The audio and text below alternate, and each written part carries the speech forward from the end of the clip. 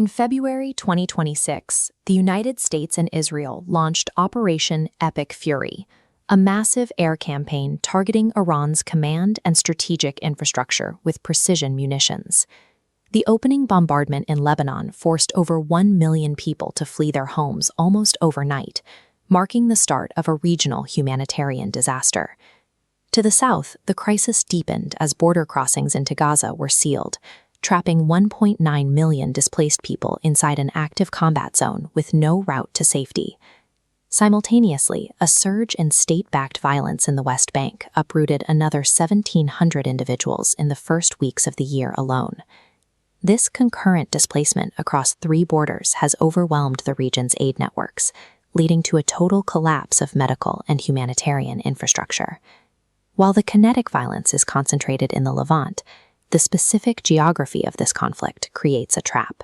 Because of where these strikes are happening, the regional suffering is already being exported to the rest of the planet. The center of this global shockwave is the Strait of Hormuz, just 29 miles wide. Through this narrow passage flows 1/5 of the world's daily oil supply, 20% of global liquefied natural gas, and 35% of vital fertilizer exports. In response to the air campaign, Iran effectively closed the strait, weaponizing this bottleneck to trap the global energy supply chain. Energy markets reacted immediately. In the first weeks of the blockade, Brent crude oil prices surged, peaking at $126 a barrel.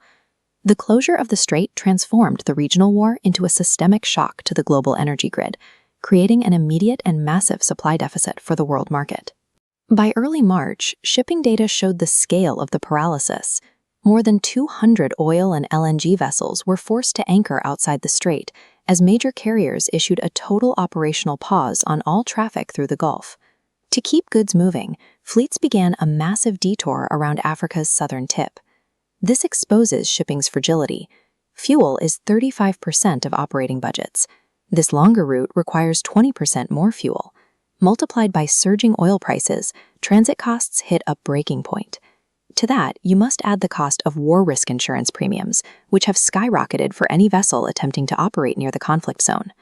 The blockade has structurally altered global trade routes, driving up the baseline cost of moving essential commodities across the planet. This logistics crisis leads directly to a collapse in physical agriculture.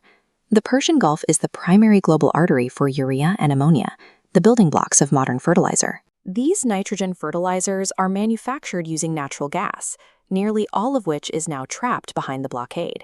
Without that supply, the market saw an immediate 30% surge in global fertilizer prices.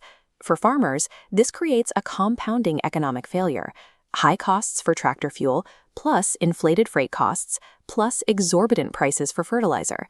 This equation translates directly into a massive spike in the cost of basic food staples for consumers around the world. Projections from the UN World Food Program suggest this chain reaction will push an additional 45 million people into acute food insecurity. That brings the total to 363 million people worldwide facing severe starvation as a direct result of the disruptions caused by the war.